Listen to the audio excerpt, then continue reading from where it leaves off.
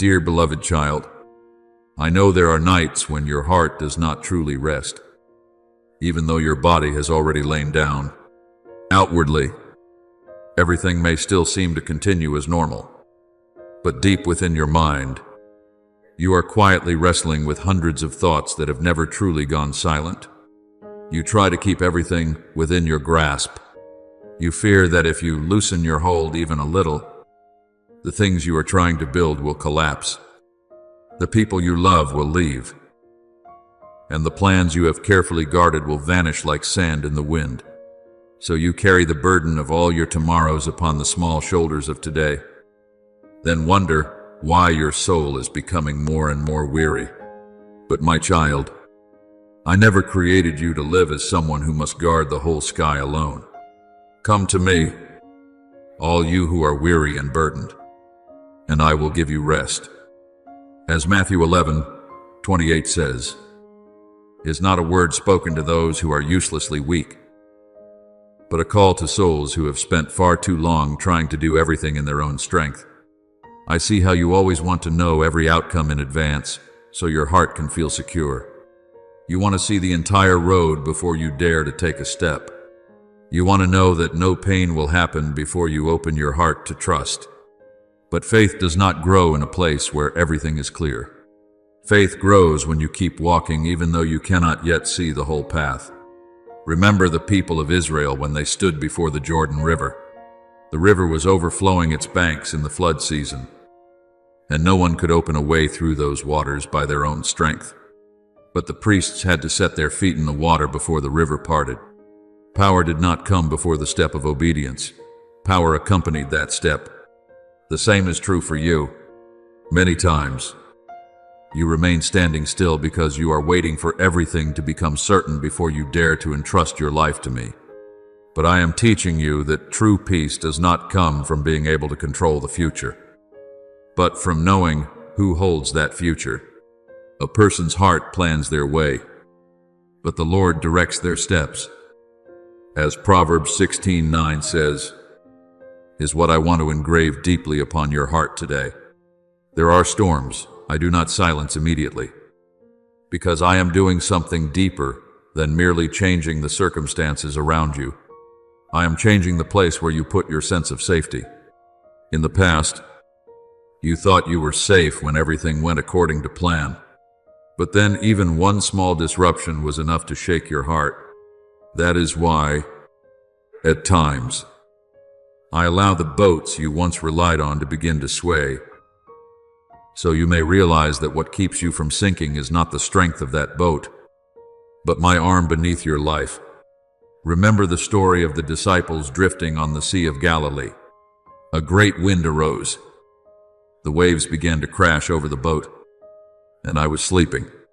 The disciples panicked because they thought everything was about to end, but with just one word from me, the troubled sea became still. Do you see? The most frightening thing to them was not the storm, but the feeling that I no longer cared. Beloved child, there will be seasons when you do not feel that I am acting, but my silence does not mean my absence. Even when you hear nothing, I am still in that boat with you. I also want you to understand that letting go of control does not mean living irresponsibly. I am not telling you to stop thinking, nor am I telling you to let your life be swept away by the current. I am teaching you the difference between wisdom and anxiety. Wisdom prepares what needs to be prepared, then entrusts the rest to me. Anxiety tries to hold even the things that are beyond its ability. There are doors you cannot open by human strength. There are hearts you cannot change by pressure. There are tomorrows you cannot see in advance. No matter how many times you calculate, and the more you try to hold everything, the more exhausted your soul becomes. Do not worry about tomorrow, for tomorrow will worry about itself. As Matthew 6:34 says, is not a call to live carelessly, but a word that frees you from the burden of having to master everything in a single night. Beloved child, remember Mary, who sat at my feet while Martha was busy with many things that needed attention. Martha was not wrong for wanting to take care of everything well, but her heart was stretched thin by too many concerns. Mary, however, chose to be near me first. The world will always pressure you to believe that your worth lies in how much you can control, how much you can accomplish, and how many things you can keep from falling apart. But I tell you that your soul matters more than all those things. A heart at peace in me can pass through storms without being shattered. A soul that knows how to rely on me can stand firm, even when old plans collapse before its eyes. So today, my beloved child, stop gripping everything so tightly that even your own hands begin to ache. There are things that only truly live when they are placed in my hands. A seed must be released into the soil before it can sprout. A bird must leave the branch before it learns how to fly. And many times, it is in the very moment you stop trying to save everything by your own strength that you begin to see. My hand has been quietly sustaining your life for a very long time. I do not promise that you will never face storms again, but I promise that no wave will ever be greater than my love for you. When you pass through the waters, I will be with you. And when you pass through the rivers, they will not sweep over you. As Isaiah 43:2 says, is not a word for those who have never been afraid, but for souls learning to believe that even in the greatest storm, they have not been left alone. Beloved child, I know there are memories that still weigh down your heart whenever the night grows quiet. There were times when you hoped so deeply, only to watch everything dissolve right before your eyes. So now, whenever you must trust one more time, a fear rises within you that you may be wounded once again. I understand that hesitation. I see the parts of your soul you are trying to hide behind a calm, outward appearance.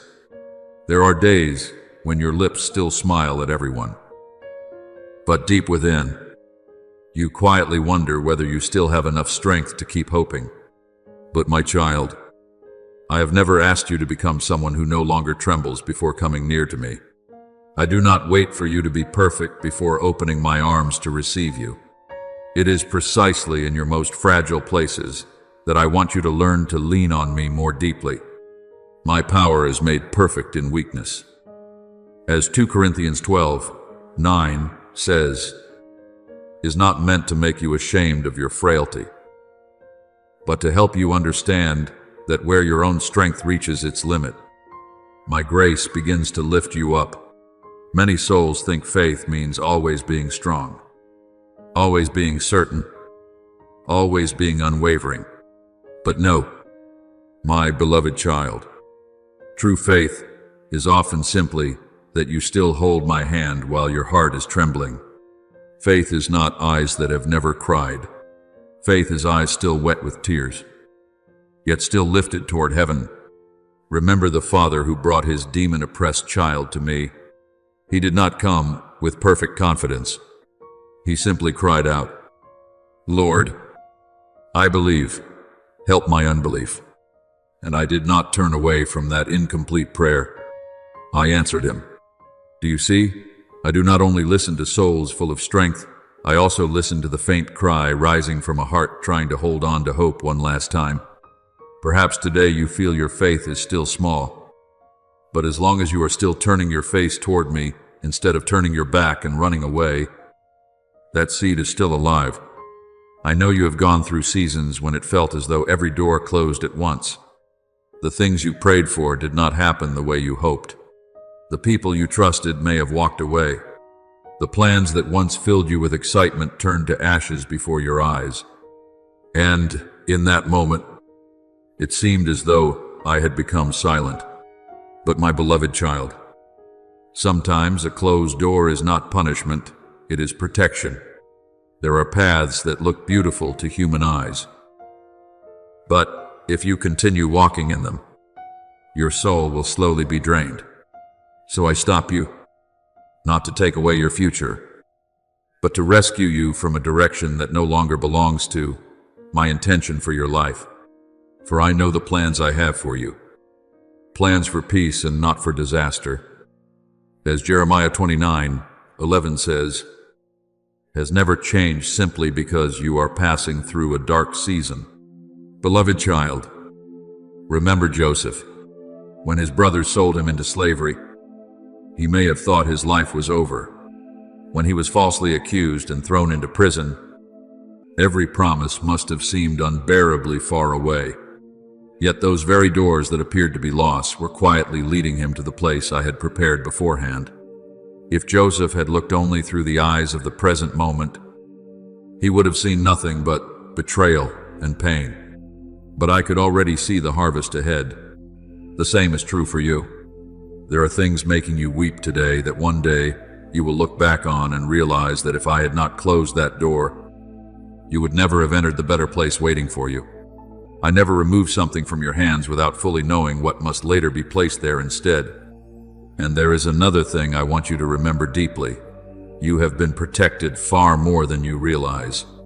There were accidents that should have happened, yet did not. There were wrong decisions that could have dragged you much deeper, yet I quietly restrained them. There were nights when your soul was nearly overcome by despair, yet the next morning you still awoke with breath in your lungs and a small ray of light sufficient to carry you through one more day.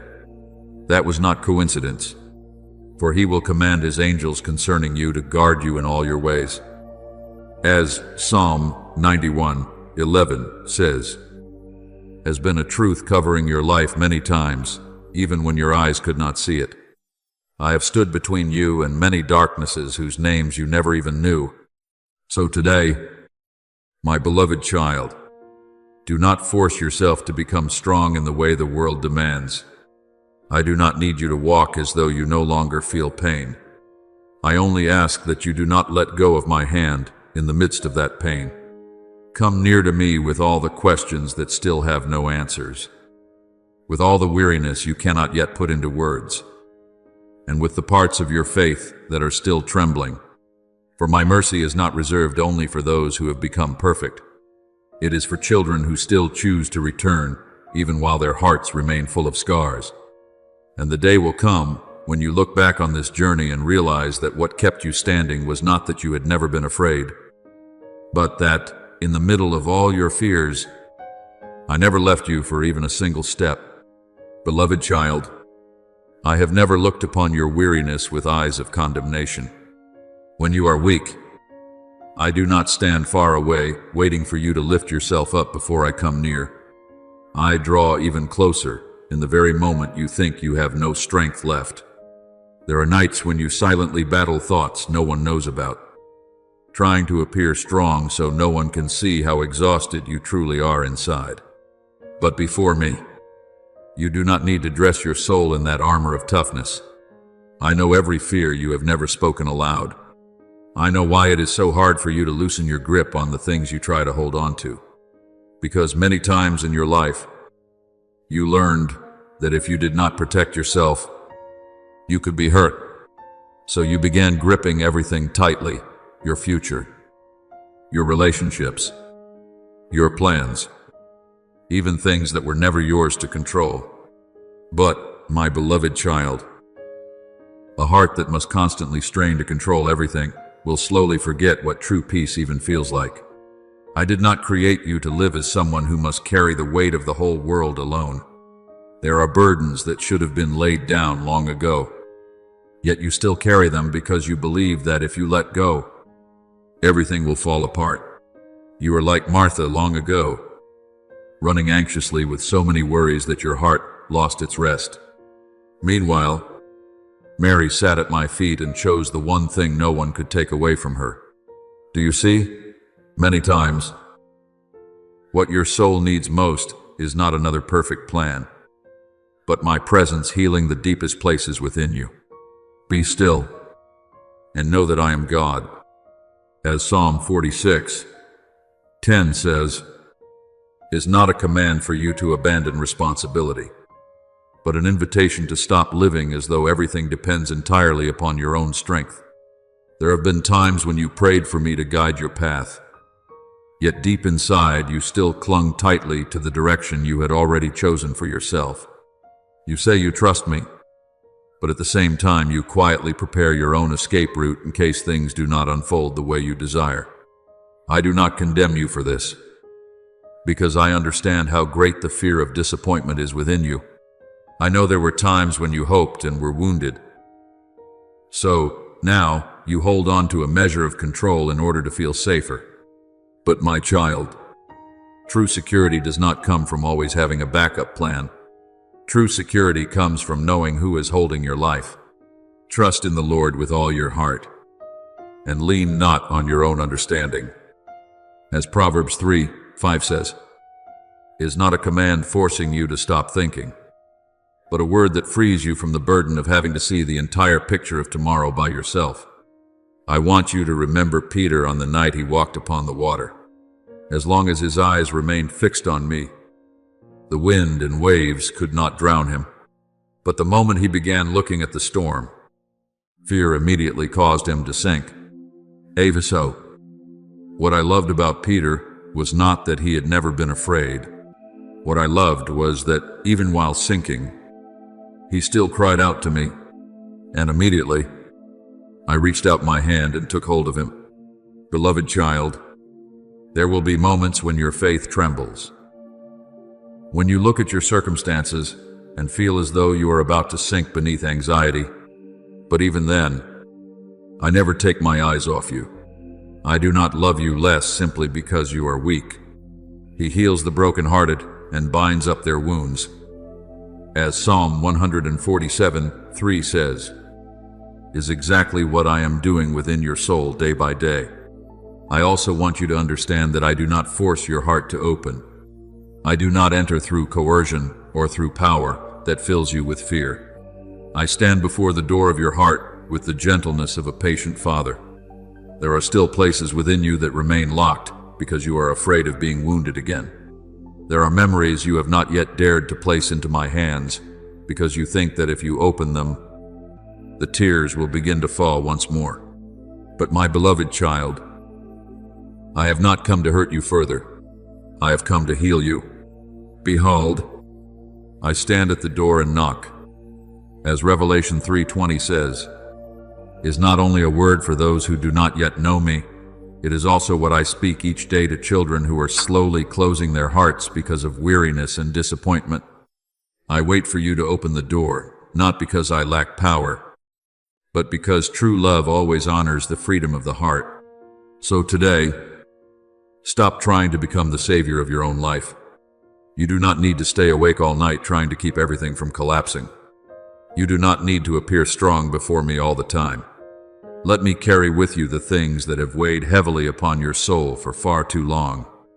Give me even the questions that still have no answers, the fears you continue to hide, and the plans you grip so tightly because you are afraid of losing them.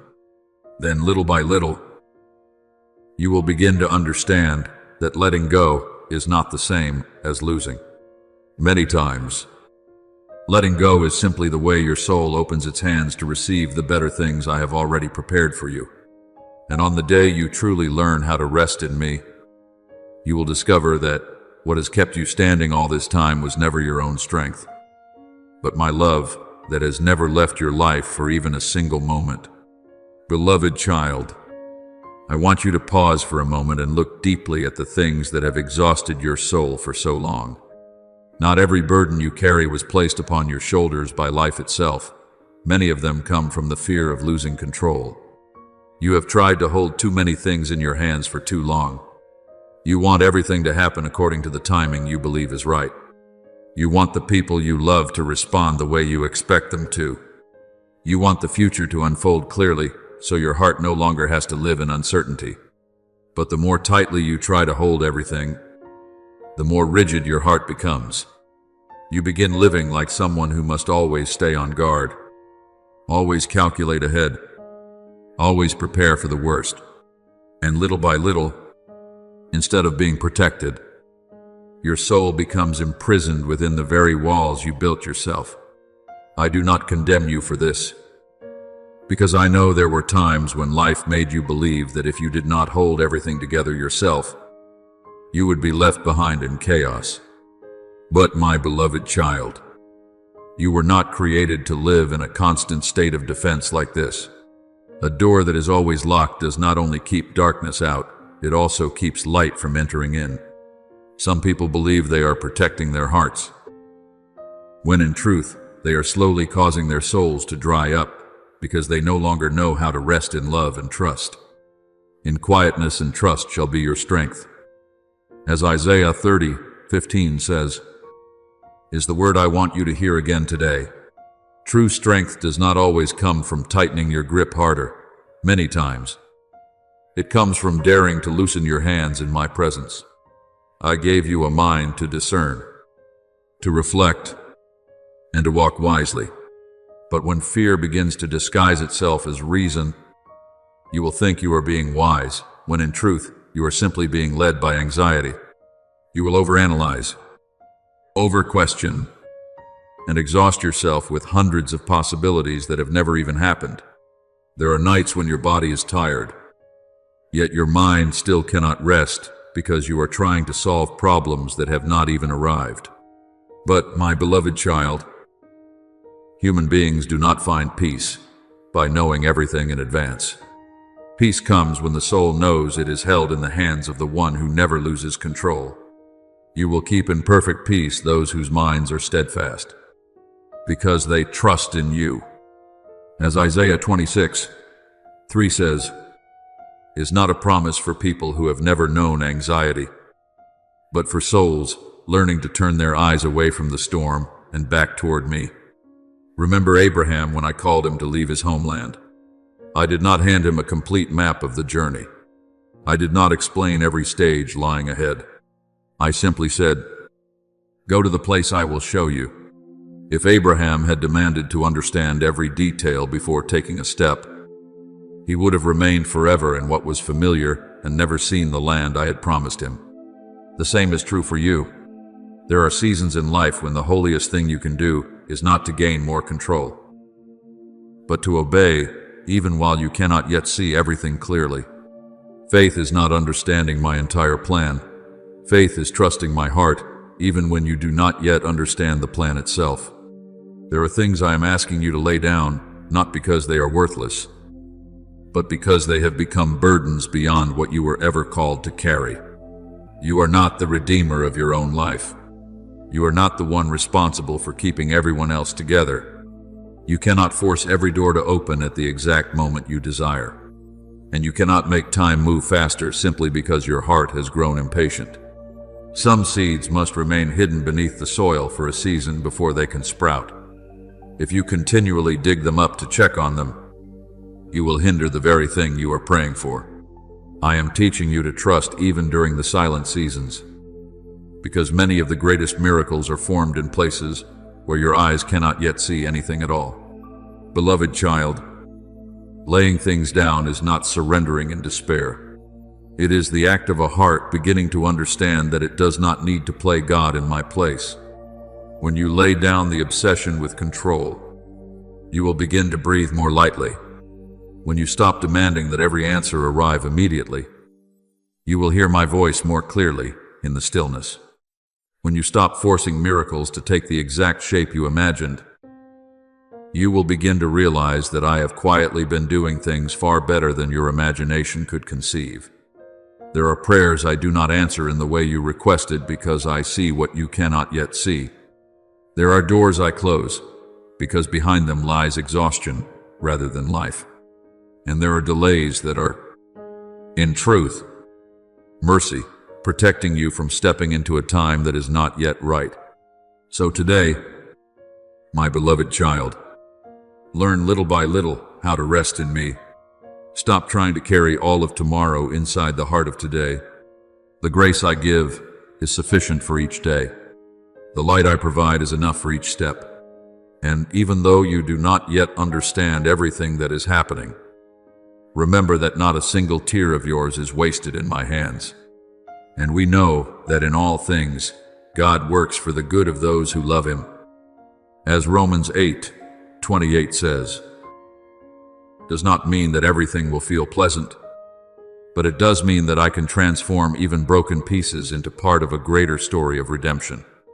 One day, when you look back, you will understand that what kept your soul from collapsing was never your ability to control everything, but my faithfulness quietly sustaining you through every season of storm and wind. Beloved child, there are things happening around you that natural eyes cannot see. Many times, you think you are simply tired, confused, or losing direction. But deeper than you understand, a silent battle is taking place around your soul. This is not a war for land, fame, or power, as the world imagines. This is a battle over the light within you. One side seeks to pull you into forgetfulness, to make you believe that you are meaningless, to cause you to live without remembering to whom you truly belong. The other side is the voice of heaven continually calling out to awaken you from spiritual slumber. For we wrestle not against flesh and blood, but against principalities, against powers, against the rulers of the darkness of this world. As Ephesians 6:12 revealed long ago, you are not merely passing through ordinary difficulties. Your soul is being called into a deeper dimension of awakening. I know there are days when you feel a restlessness you cannot fully explain, not because everything around you is collapsing, but because something within you is beginning to awaken. It is the moment when your soul starts hearing a call beyond the ordinary life you once knew. And when that call reaches you, you tremble. You begin looking at yourself and asking, "Why me? How could I ever step into something this great?" Beloved child, many believe that only the strong are chosen by heaven.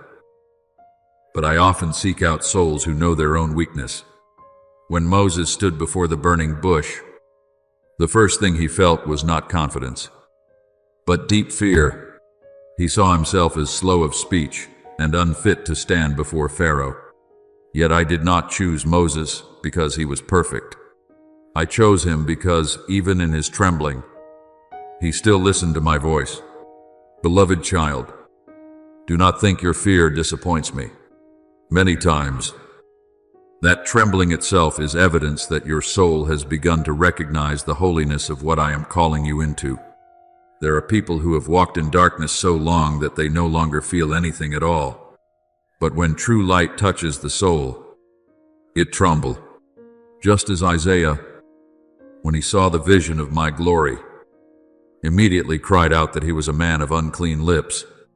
Light always causes people to see their own smallness more clearly. But my child, I do not shine light upon you to destroy you. I shine light to transform you. The light shines in the darkness, and the darkness has not overcome it. As John 1:5 says, is exactly what is taking place in the unseen realm around your life. Darkness trembles before the light I am igniting within your soul, even while you yourself may not yet realize how great that light truly is.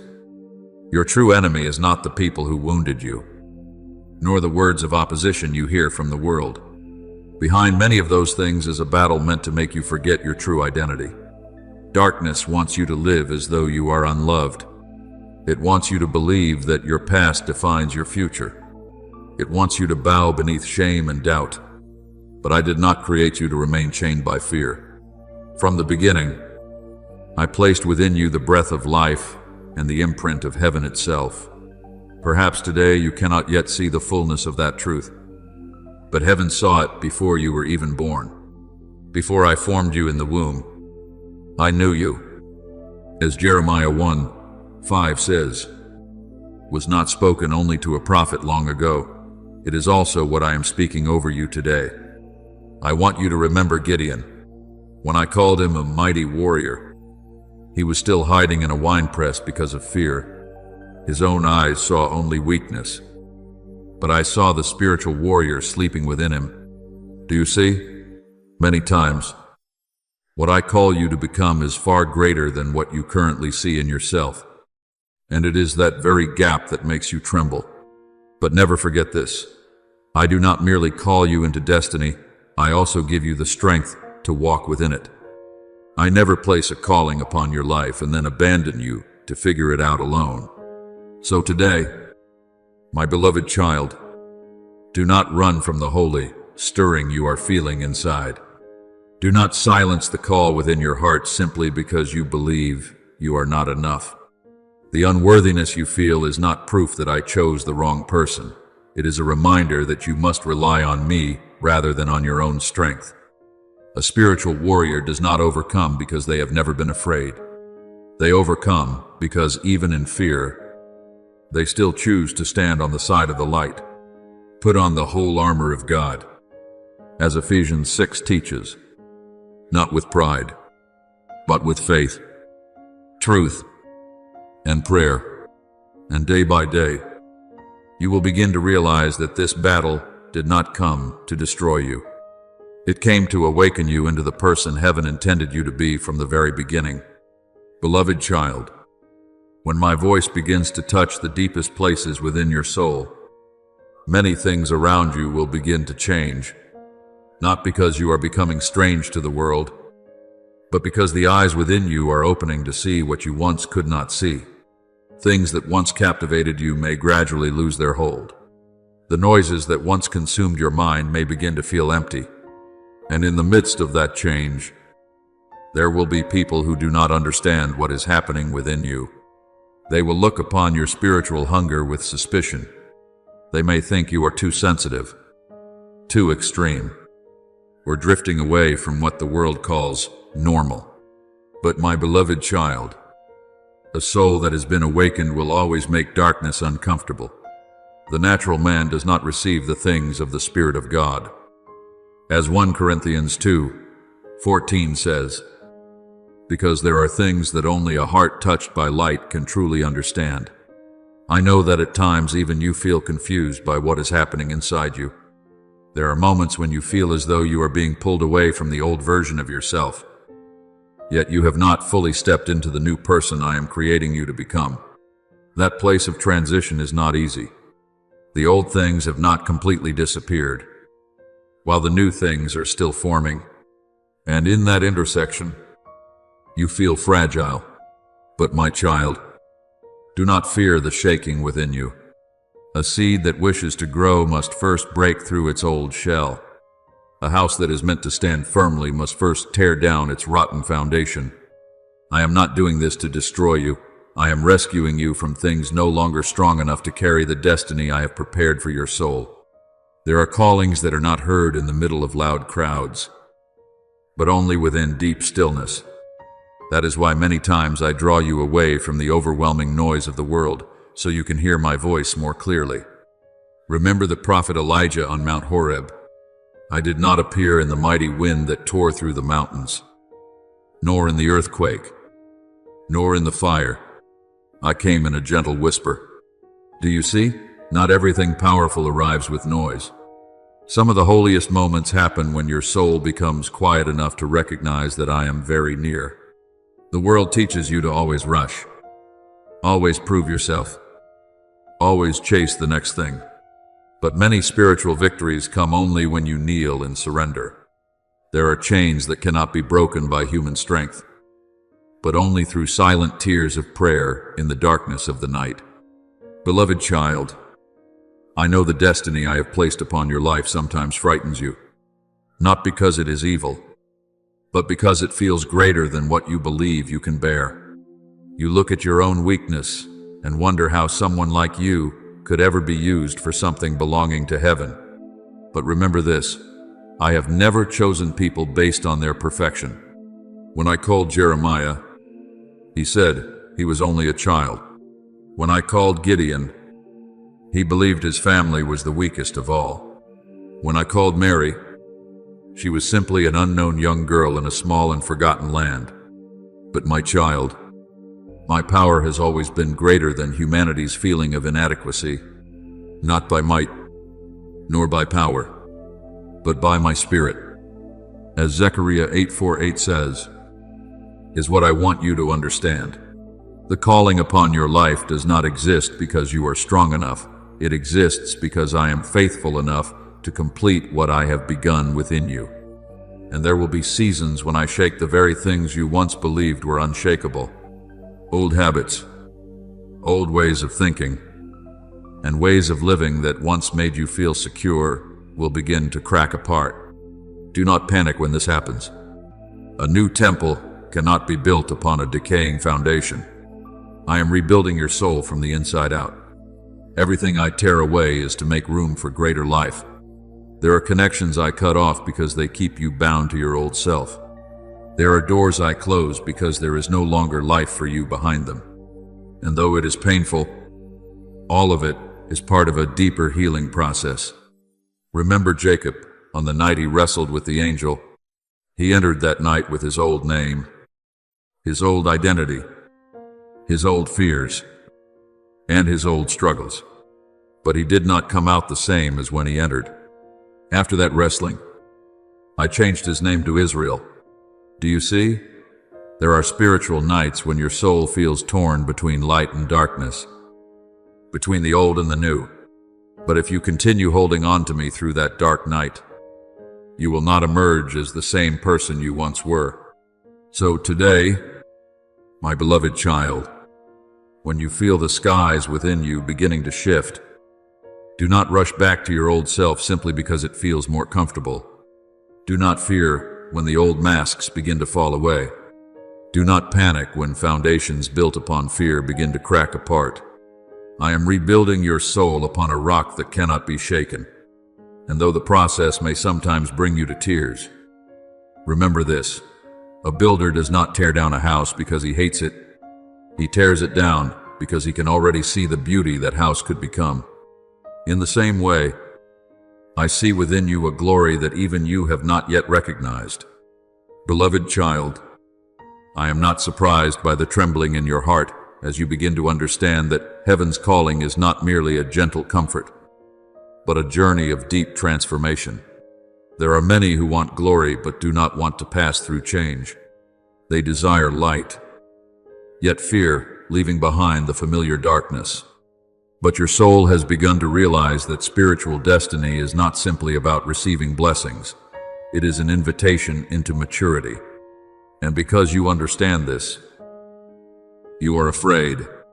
You know that if you truly follow my calling, there are things within you that must die: hidden pride, old habits, the masks that once helped you hide your pain, and even the part of your ego that constantly longs to control and exalt itself. But my beloved child, a seed cannot become a tree unless it first breaks open beneath the soil. Unless a grain of wheat falls into the earth and dies, it remains alone.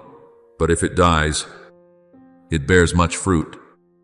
As John 12:24 says, is the path of spiritual life. I know there are moments when you want to run from that process, not because you do not love me, but because you fear losing the familiar version of yourself. There are things that continue hurting you, yet you still cling to them simply because they are familiar. But my calling always draws your soul out of its place of comfort and into the place where true life exists. When I called Peter out of the boat, the first thing he had to leave behind was not the sea, but his old sense of safety.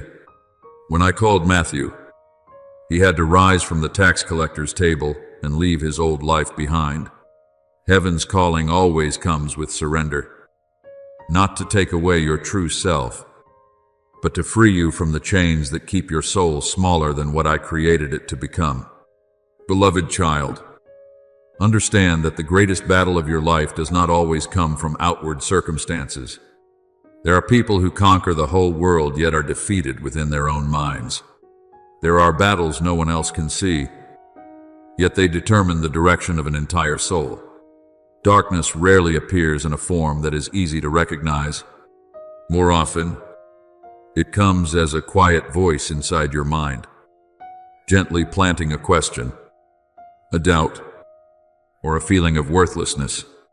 It causes you to think that you have been forgotten, that you are not good enough, that your past is too filled with failures for you to ever be used for anything holy. And if you begin believing those voices, little by little, your soul will be pulled away from the light without you even realizing it. From the very beginning in the Garden of Eden, the enemy used this same strategy.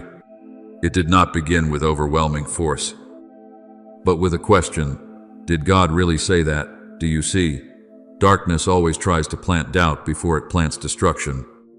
It knows that if it can make you question my heart, it can shake the foundation of your faith. And even today, there are moments when it whispers to you that I have forgotten you, that your prayers are useless, that you will never truly change. But my beloved child, do not let the voice of darkness become louder than the truth I have spoken over your life. There is therefore now no condemnation for those who are in Christ Jesus. As Romans 8:1 says, is a truth far stronger than every accusation echoing inside your mind. I want you to understand that spiritual warfare does not happen only in dramatic moments. It exists within the small decisions of everyday life. When you desire to pray, yet are pulled into distraction. When you want to forgive, but old memories rise up again. When you long to love, but past wounds cause your heart to close. When you try to stand up again, but the weariness inside whispers that you should give up. That is where two kingdoms are battling for the direction of your heart. And the enemy knows one thing very well. If it cannot destroy you immediately, it will try to make you slowly grow cold. It will weary you long enough that you stop praying, stop hoping, and stop believing that your life still carries meaning in my hands. But my child, I do not send you into this battle alone. I do not call you to fight in your own strength. Remember David, when he stood before Goliath. People saw only a young shepherd boy facing a terrifying giant. But David understood that the battle did not belong to human strength. He stepped forward not wearing Saul's armor, but clothed in trust in me. The same is true for you. There are giants in your mind today that seem enormous. Fear, shame, doubt, and lingering disappointment. But they are not greater than me. The weapons we fight with are not weapons of the flesh, but have divine power to demolish strongholds. As 2 Corinthians 10:4 says, is a reminder that true victory begins within. So today, do not be afraid when you realize you are in the midst of spiritual warfare.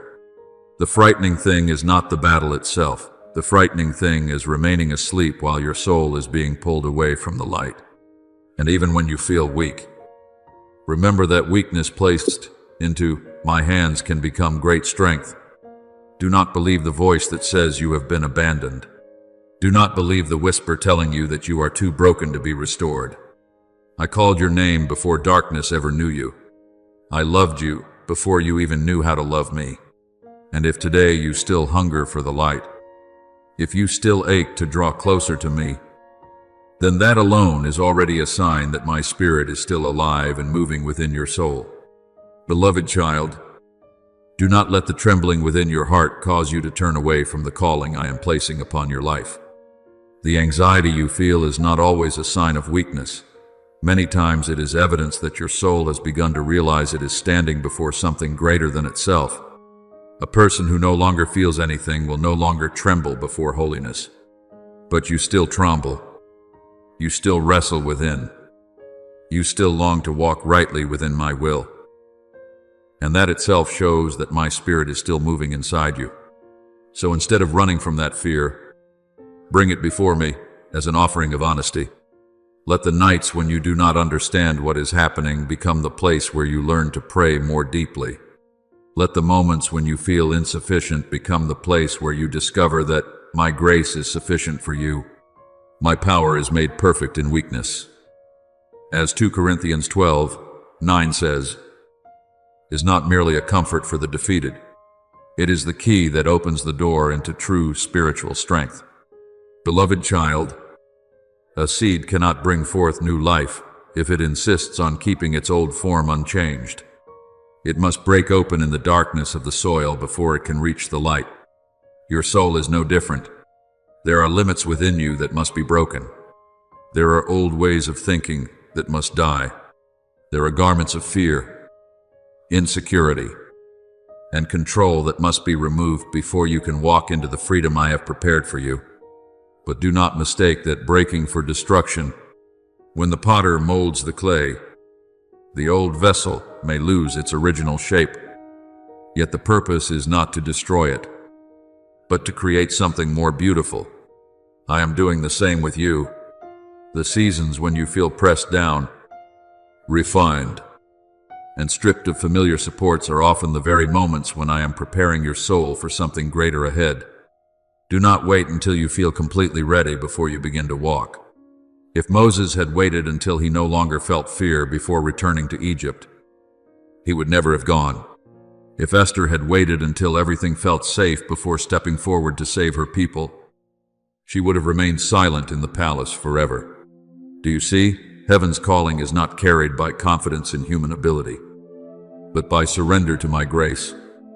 My grace is sufficient for you is not merely a verse for moments of weakness, it is the foundation upon which you step into your destiny. I do not require you to be strong before I can use you. I only ask that you be willing for me to be strong through you. There will be days when you want to control everything because you believe it will make you safer. But my beloved child, spiritual victory does not come when you grip everything tightly in your hands. Victory comes when you learn how to hand the steering wheel back to me.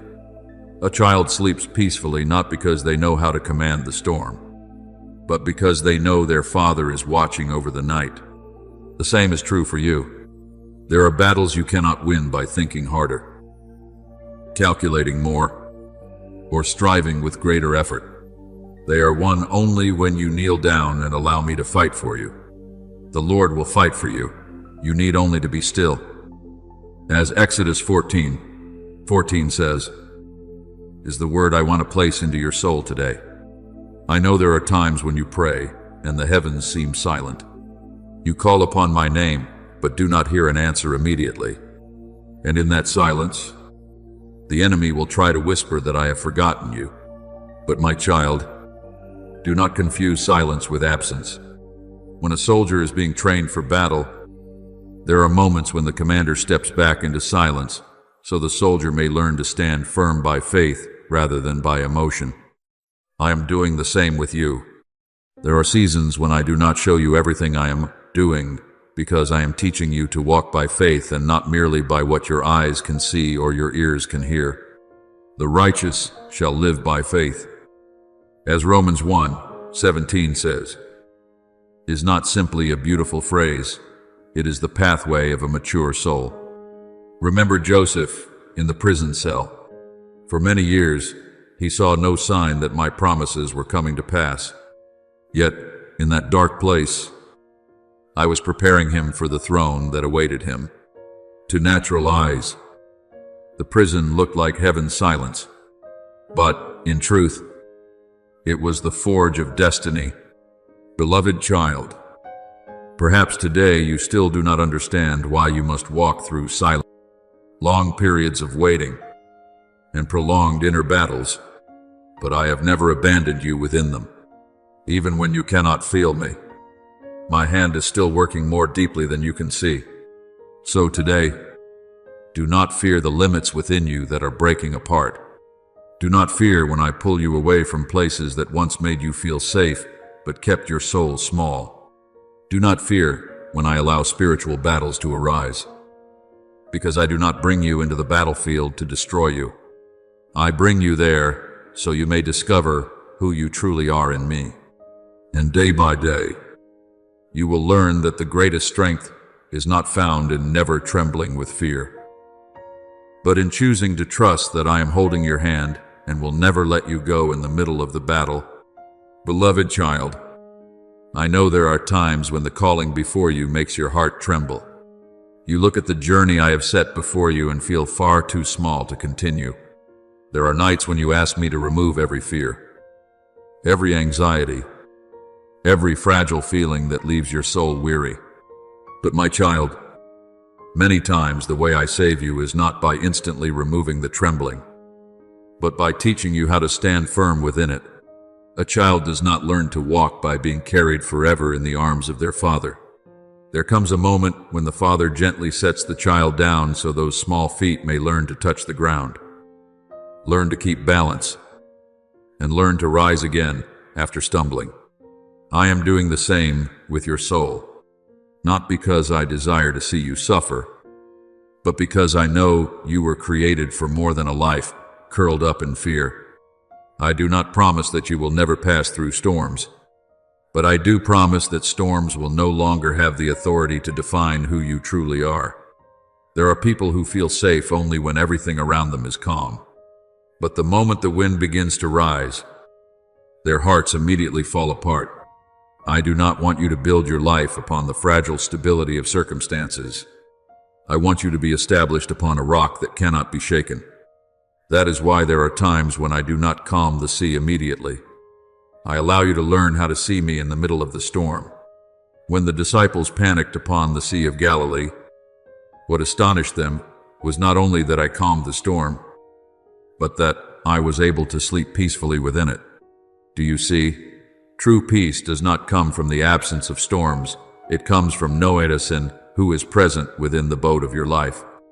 Beloved child, do not think that fear itself is failure. There are people who have never walked far enough to face real fear. But when you begin drawing closer to the destiny I have prepared for you, your soul will feel the weight of it. And it is there that you are given the opportunity to learn one of the deepest truths. Courage is not the loud cry of someone who has never trembled. Courage is the step that continues forward even while the knees are shaking. It is the small prayer still whispered in the middle of the night. It is your hand still holding onto mine, even when you cannot yet see the dawn ahead. God chose the weak things of the world to shame the strong. As 1 Corinthians 1:27 says, is often how I work. I do not require you to become someone without emotions. I desire for you to become someone who knows how to bring every emotion back into my light. There are fears you once saw as enemies, but one day you will understand that they became doors, leading you into a deeper dimension of faith. If you had never felt powerless, perhaps you would never have learned how to pray so deeply. If every earthly support had never been shaken, perhaps you would never have discovered that I alone am the true rock beneath your feet. Remember David when he stood before Goliath. Surely he felt the weight of fear when he looked at that giant. But it was in that very moment that he learned how to rely on me instead of depending on the armor of men. If David had trusted only in his own strength, he would have fled like everyone else. But he stepped forward with the certainty that the battle belonged to me. The same is true for you. My beloved child, there are giants in your life today not to destroy you, but to reveal to you that I am greater than everything standing before you. I want you to begin seeing the intervention of heaven with new eyes. That intervention does not always arrive like lightning tearing across the sky or a miracle instantly changing circumstances. Many times, the greatest intervention is simply that I quietly keep your soul from collapsing. There were nights when you thought you could endure no more. Yet the next morning, you still rose again. There were moments when your heart shattered. Yet deep inside, there remained a small light that refused to go out. That was not your own strength. That was me sustaining you in silence. My grace is sufficient for you is not only a promise for easy days, it is the strength that enables you to keep walking even when you no longer feel strong at all. And the day will come when you look back on the battles of today with different eyes. You will realize that there were prayers I did not answer in the way you expected because I was doing something deeper than merely rescuing you from circumstances. I was rescuing you from the dominion of fear.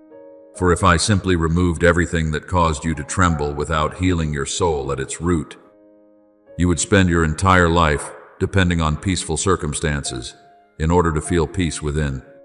But I desire to give you a freedom far greater than that. I want you to be able to stand in the middle of storms while your heart still belongs to the light. So today, my beloved child, do not despise the seasons that cause you to tremble. Do not view every inner battle as proof that I have abandoned you. Many times, It is in your weakest places that I am forming the most enduring strength within you. And one day, you will kneel with tears of gratitude and say, Father, thank you for not always removing me from the storm, but for transforming me into someone who could walk with you through it. Beloved child, many people in this world have misunderstood victory. They believe victory means being exalted above others, silencing every opposing voice, or watching those who hurt them bow in regret. They think triumph means circumstances becoming entirely favorable, a life without tears, pain, or wounds from others. But my child, that is only the perspective of people still bound by the flesh. The victory heaven calls glory is revealed in a very different way. It is when your soul still carries light through the darkest days. It is when your heart remains tender even after life has wounded it many times. It is when you are misunderstood yet refuse to let bitterness grow within you. It is when you kneel to pray even in the night, when your eyes cannot yet see a single ray of hope ahead. I have seen the silent battles you endured that no one else ever knew about. There were times when you wanted to give up because you were so exhausted. There were moments when your soul simply wanted to close itself off to avoid being hurt again.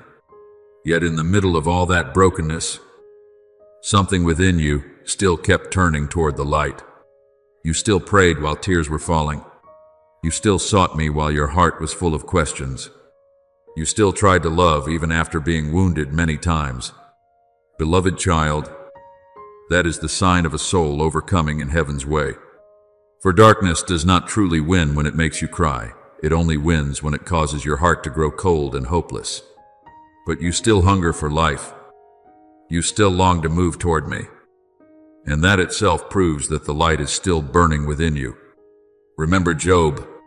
He lost his possessions, his family, his health, and even the people around him could not understand the depth of his pain. To worldly eyes, his life seemed like complete failure. Yet, in the middle of ashes and suffering, Job still declared, Though he slay me, yet will I trust in him. Do you see? Job's greatest victory was not merely that he was eventually restored double what he had lost. His true victory happened while he was still sitting in ashes. Yet his soul refused to abandon me. That is spiritual triumph, when circumstances have not yet changed. But your heart is no longer ruled by darkness. Beloved child, when you begin to understand the purpose behind the battles you have walked through, bitterness will gradually lose its power over you. You will no longer see the people who wounded you as the center of the story. You will realize that many times what I am doing is far greater than the offenses or betrayals you endured. There are storms I allow to pass through your life in order to reveal the true foundation upon which you are standing. If that foundation is the approval of people, then a single rejection will be enough to make you collapse.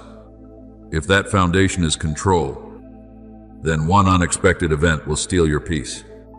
But if your foundation is me, then even storms will become the very thing that drives the roots of your soul deeper into faith. Whoever hears my words and puts them into practice is like a wise man who built his house upon the rock. As Matthew 7:24 says, is not merely a simple illustration. It is the secret to standing firm through every shaking. I know there are times when you long to see justice happen immediately. You want wrongs to be made right, and you want the wounds you have suffered to be acknowledged by others. But my child, do not let your heart become bound to the need to see others pay a price before you can feel peace. If your peace depends on other people changing, your soul will remain imprisoned in their hands. I am calling you into a deeper freedom than that, a place where evil no longer controls your responses. When you can stand in the middle of chaos while your heart still belongs to the light, that is when darkness has lost its dominion over you. Do not be overcome by evil, but overcome evil with good. As Romans 12:21 says, is the path of spiritual triumph. Beloved child, Spiritual warfare is not meant to make you hard and emotionless. It comes to make you someone who knows how to rely on my spirit instead of your own strength. There were days when you fought until you were exhausted because you believed you had to protect yourself from every pain. But then I taught you that true victory does not come from trying to control everything. It comes from surrender. When the people of Israel stood before the Red Sea, they could not open a path by their own strength. I was the one who parted the sea before them. Their part was not to create the miracle themselves. Their part was to walk in faith when I opened the way. The same is true for you. There are battles you are not called to win by yourself. You are only called to stand still in trust and let me act. And the day will come when you look back on all the tears, the long nights, and the times when you thought you could not rise again. And you will understand that nothing was meaningless. I used every wound to teach you mercy. I used every season of waiting to teach you faith. I used every storm to drive the roots of your soul deeper into me. What you called delay was often the process by which I was preparing you for the greater destiny ahead. For I do not want to give you only a temporary victory. I want to form within you a steadfast soul that cannot be shaken by any circumstance. So today, my beloved child, rise up not through the straining of the flesh, but through the certainty that I am with you. You have not been forgotten on this battlefield. You have not wandered outside the plan of heaven. And even though you may still feel fragile now, remember that the strongest spiritual warriors are not those who have never cried, but those who, after every fall, rise again and continue walking with me. You are my child, called, kept, and led into a light that darkness cannot extinguish. Beloved child, there are many people who know how to speak about light, yet have never allowed that light to enter the truly dark corners of their own souls. They may know many scriptures, and they may speak beautifully about faith, but when they face fear, anger, or hurt, they still live as though they have never encountered me. My child, I am not looking for a mouth filled with knowledge while the heart remains distant. I am not calling you merely to become someone who repeats my word as a memorized habit. What I desire is for that word to become life within you, flowing through your thoughts, transforming your reactions, purifying your motives, and guiding every step you take. Do not merely listen to the word, and so deceive yourselves. Do what it says. As James 1:22 says, is a wake-up call for every soul that longs to go deeper into the truth. The enemy does not tremble before mouths that only speak about faith, while their lives are still governed by bitterness, pride, and fear. Darkness has heard people mention my name for a very long time. What makes it tremble is when a soul truly lives in my presence, when my word no longer remains only on the page, but becomes the very breath of your life. Chains begin to break. When you forgive, even though your instinct wants revenge, you are living my word. When you choose honesty in a world filled with deception, you are living my word. When you continue to pray in a spiritually dry season, you are living my word. And a life like that carries a power that darkness cannot imitate. Remember me in the wilderness when the tempter came near. He did not come in a terrifying form as people often imagine.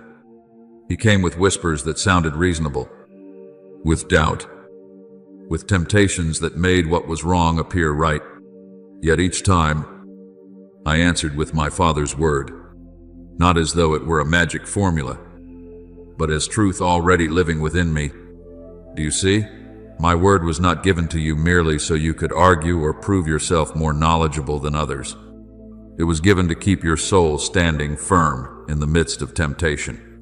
Man shall not live by bread alone, but by every word that proceeds from the mouth of God. As Matthew 4:4 says, is not merely a quotation, it is the secret of spiritual life. Beloved child, I am not seeking souls who sound perfect in speech, yet remain false in their hidden lives. I look at the places no one else sees. I see how you treat others when nobody is watching. I see your attitude in moments of disappointment. I see your response when you are misunderstood. I see how you guard your heart amid temptations known only to me. For true faith is not revealed only in church services or public prayers. It is revealed in the small choices of everyday life. There are souls who pray long prayers, yet refuse to love. There are people who speak much about me, but never allow their hearts to be transformed. My child, I do not need spiritual performance. I desire sincerity. When you pray from the deepest place of your soul, even with only a few words, heaven still listens. Remember the tax collector standing at the back of the temple, unwilling even to lift his eyes toward heaven, beating his chest and saying, "God, have mercy on me." And I declared that he went away justified rather than those who considered themselves righteous. Do you see? What touches my heart is not the eloquence of words, but a heart truly opened before me. There are silent tears cried in the night that carry more power than long prayers without life within them. Beloved child, when you live in obedience, my word begins to become armor around your soul. Not because you are no longer attacked, but because darkness can no longer pierce you as easily as before. There are temptations that once caused you to fall, which now gradually lose their power. There are words that once wounded you deeply, which no longer control the peace within your heart. Not because you have become stronger in your own strength, but because my truth is taking deeper root within you. Put on the whole armor of God. As Ephesians 6 teaches, is not merely symbolic language. It is the life of a person whom I clothe each day with truth, righteousness, and faith. I want you to understand that spiritual power does not come from a loud voice, nor from trying to appear strong. True power comes from a hidden union with me. A branch does not strain itself in order to bear fruit. It simply remains connected to the vine. The same is true for you. If you remain in me, my word will gradually transform you from within. Then one day, others will sense peace within you without understanding why. They will see gentleness in the way you face hurt. They will see light in your eyes in the middle of a chaotic age. And at that moment, your life itself will become a testimony more powerful than 1,000 sermons. So today, my beloved child, do not merely read my word as a spiritual habit. Receive it as living bread for your soul. Let it enter the places where fear, bitterness, and doubt still remain. Allow it to correct you, heal you, and transform you day by day. For when my word truly lives within you, darkness will not merely hear you speak about the light, it will see that light burning within your very life. Beloved child, I want you to understand that the peace I give is not like the fragile calmness of the world. The world calls it peace when everything goes smoothly, when no one opposes you, and when circumstances remain under control. But the peace that comes from me can exist even in the middle of storms. It does not depend on the noise of the wind outside, but on my presence within your soul. That is why, whenever you lose your peace, you are not merely losing a pleasant feeling. You are beginning to lose the spiritual position in which I desire you to stand firmly. Darkness always tries to pull you into chaos, anger, and panic, because it knows that a soul without peace easily loses discernment. But my beloved child, when you keep your calmness in me amid the shaking, you are standing in the authority heaven has placed upon your life. The peace of God, which surpasses all understanding, will guard your hearts and minds. As Philippians 4:7 says, is not a promise reserved for easy days, but for the fiercest seasons of storm. There are battles you cannot win through arguments or by constantly trying to prove yourself right. I have not called you to become someone who reacts to every offense. I have called you to become someone who knows how to keep their heart abiding in the light. When you allow anger to control you, darkness begins to gain ground within your mind. But when you choose peace in the midst of provocation, you are allowing me to fight on your behalf. Remember David when King Saul hunted him down. David had opportunities for revenge, opportunities to use his own hand to end the threat once and for all. Yet he refused, because he understood that true power is not found in destroying an enemy, but in keeping your own heart from becoming the very thing you are fighting against. The same is true for you, my beloved child. Some of your greatest victories will come when you refuse to let darkness turn you bitter. Forgiveness does not make you weak. Forgiveness frees your soul from the invisible chains of resentment. I know it is not easy. There are wounds that cut deeply, words that robbed you of sleep for many nights, and betrayals that made your heart want to close forever. But my child, if you continue holding on to that pain, it will quietly poison the peace I desire to give you. When I hung upon the cross and asked the Father to forgive those who crucified me, it was not weakness. It was the greatest victory of love over darkness. Love your enemies and pray for those who persecute you. As Matthew 5:44 says, is the path of truly free souls. For when you forgive, you are not declaring that evil was right. You are simply refusing to let evil continue ruling your heart. Beloved child, there will be seasons when you feel as though you are walking among insincere eyes. There are people who smile at you while inwardly examining and questioning you. They do not understand why you are still standing after things that should have destroyed you. They see the peace within you, the very peace they themselves lost long ago, and it unsettles them. But do not let this pull you into suspicion or fear of everyone around you. I do not want you to live in distrust. I want you to live in discernment. Be wise as serpents and innocent as doves. As Matthew 10:16 says, is the balance I want to teach you. You do not need to be naive enough for darkness to easily take advantage of you. But neither should you allow hurt to turn you into someone who closes off their heart. There are people who oppose you, not because you harmed them, but because the light within you unintentionally exposes the darkness they are trying to hide. Remember Joseph.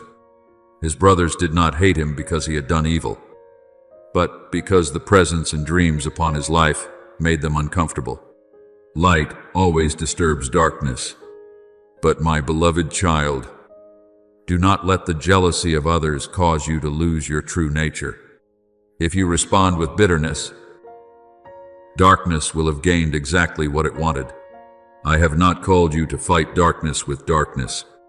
I have called you to keep your lamp burning. When you choose love in the face of betrayal, heaven sees my reflection within you. When you continue praying through the night, even without seeing answers yet, that is mature faith. There are souls who believe only when everything is clear. But I am teaching you to walk like Abraham, continuing forward without seeing the entire road ahead. There will be times when you will not receive immediate answers. But if you preserve your peace, you will hear my voice more clearly in the middle of the chaos. For peace is not merely a gentle feeling. It is the throne I establish within your heart in the midst of spiritual warfare. So today, my beloved child, guard your peace like a holy treasure. Do not hand it over to every insult, every jealous glance, or every passing fear. Let me fight the battles that are beyond your strength. Your part is not to control everyone or silence every opposition.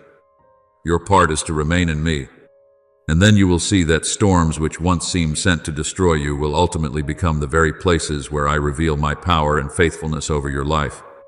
Beloved child, there are seasons in life when spiritual maturity is not measured by how much you speak, but by how well you know what must remain in silence. The world constantly pressures you to explain yourself, to announce every plan, and to reveal every dream the moment it is planted within your heart. But my child, not every seed is meant to be exposed to the sunlight from the first day. There are things I plant within your soul that must remain hidden for a time, so they can take deep root before they are able to grow through the winds of life. If you keep digging up the seed each day simply to show others, you will slow down the very thing I am quietly building within you. I want you to learn the wisdom of Joseph. When I gave him dreams about his future, he spoke too quickly to people who were not mature enough to rejoice over his destiny, and that stirred jealousy within their hearts. Do you see? Not everyone who hears the calling upon your life will understand it through love. There are people who come near you not to strengthen you, but to examine you. There are smiles hiding hearts filled with comparison and rivalry. They want to know what I am doing within you, not so they may pray for you, but so they may measure, compare, and even seek opportunities to distort the holy things I have planted in your soul. Therefore, my beloved child, do not open your heart carelessly without discernment. Do not cast your pearls before swine. As Matthew 7:6 says, is not teaching you to live arrogantly, but reminding you to value the sacred things I have entrusted to you. There are things that should first be spoken only in my presence before they are spoken before people. Many times, you become too eager for recognition, affirmation, or approval from others, and you allow outside voices to enter the place that should belong only to my voice. But my child, not everyone is assigned to walk alongside your destiny. Some people are meant to journey with you only for a short season. Some are allowed to see only a small part of your path. And there are others who, if they knew too early what I was preparing, would intentionally or unintentionally disturb the peace I am building within your heart. I do not teach you silence because I want you to fear people. I teach you silence because there is power in hidden communion with me. Remember Mary, my mother. After hearing the angel's message, she did not run everywhere, trying to prove what she had received. Scripture says she treasured all these things in her heart. There are promises that must be nurtured in prayer before they are revealed to the world. There are seasons when your soul must learn how to remain still with me, instead of constantly seeking others to confirm what I have already spoken. Be still before the Lord and wait patiently for Him. As Psalm 37:7 says, is the place into which I desire to lead you. Beloved child, silence is not a sign of weakness. Many times, it is the strategy of mature souls. A deep river does not need to make noise to prove its strength. And those whom I truly raise up do not need to constantly announce themselves before others. There are battles you cannot win through words. There are oppositions that become more tangled the more you try to explain yourself. But when you remain silent before people and cry out loudly before me in prayer, heaven begins to move on your behalf. There are doors that open not because you persuaded human beings, but because I touched them at the appointed time. I also want you to be careful with the urge to tell everyone everything you are going through, simply so you can feel understood. My child, not every ear is prepared to carry the weight of what I am doing in your life. Some people hear your words not to guard them in love, but to use them when it becomes convenient for them. Many times, the enemy does not need to destroy you through direct force. It only needs to make you speak too much before your soul has become watchful enough. One careless word can open the door for doubt, jealousy, and confusion to enter the very place where I desire to preserve peace. Remember Nehemiah when he rebuilt the walls of Jerusalem. There were people who tried to pull him away from the work I had given him through invitations that seemed harmless. But he answered that he was doing a great work and could not come down. The same is true for you. My beloved child, there are conversations you do not need to join. There are explanations you do not need to give. There are people to whom you do not need to prove anything at all. Let your life answer for you, instead of constantly defending yourself. So today, Let your silence become a place where my spirit can work. Do not fear that others may not fully understand your journey. I am the one writing that journey. Do not rush to expose every sacred thing to the noise of the world. Guard what I give you, like someone protecting a treasure in a hidden place. And at the appointed time, I will bring to light what must be revealed without requiring you to strain yourself proving it. Then you will understand that some of the greatest victories do not come from speaking endlessly, but from remaining still long enough to hear my voice more clearly than every other voice around you. Beloved child, I want you to learn the holiness of words. The world treats words as something weightless, spoken and then disappearing into the air. But in the spiritual realm, every word you release carries weight. Some words build life, while others unknowingly open the door for chaos to enter. Therefore, my child, do not take lightly what comes forth from your lips. Death and life are in the power of the tongue. As Proverbs 18:21 says, is not merely moral instruction. It is a principle of the spiritual realm. When you speak with wisdom and in the right season, your words become seeds of life. But when you speak too early, too much, or from a soul that is not yet at peace, you may expose things I am still quietly nurturing within you. There are people who come near you appearing to listen, but not everyone who listens truly understands. Some listen so they may support you in prayer, but others listen only to compare, examine, or unknowingly place doubt upon what I am planting within your soul. Beloved child, learn discernment. Not every open door is an invitation from me. Not every ear is worthy to hear the sacred things I am forming within you. Remember Joseph. The dreams I gave him were real, but revealing them before hearts that had not yet been healed stirred jealousy within them. There are promises that must grow in hidden places before they are brought into public light. I am not telling you to remain silent out of fear of people. I am teaching you the silence of wisdom. Fear causes you to shrink back and bury the things I want to heal. But wisdom knows how to protect what is holy until the appointed time. A farmer does not dig up the seed every day to prove it is alive. He plants it, covers it with soil, and trusts that life is quietly forming where human eyes cannot see. I am doing the same with you. There are things I am developing within your soul that, if exposed too soon to the noise of the world, could be wounded by doubt, faithless words, or human jealousy. Therefore, do not rush to explain everything I am doing in your life. Let time and fruit answer on your behalf. Beloved child, there is power in hidden communion with me. The world loves to display everything in order to gain recognition. But many of heaven's greatest spiritual victories are born where no one else can see. Remember Daniel.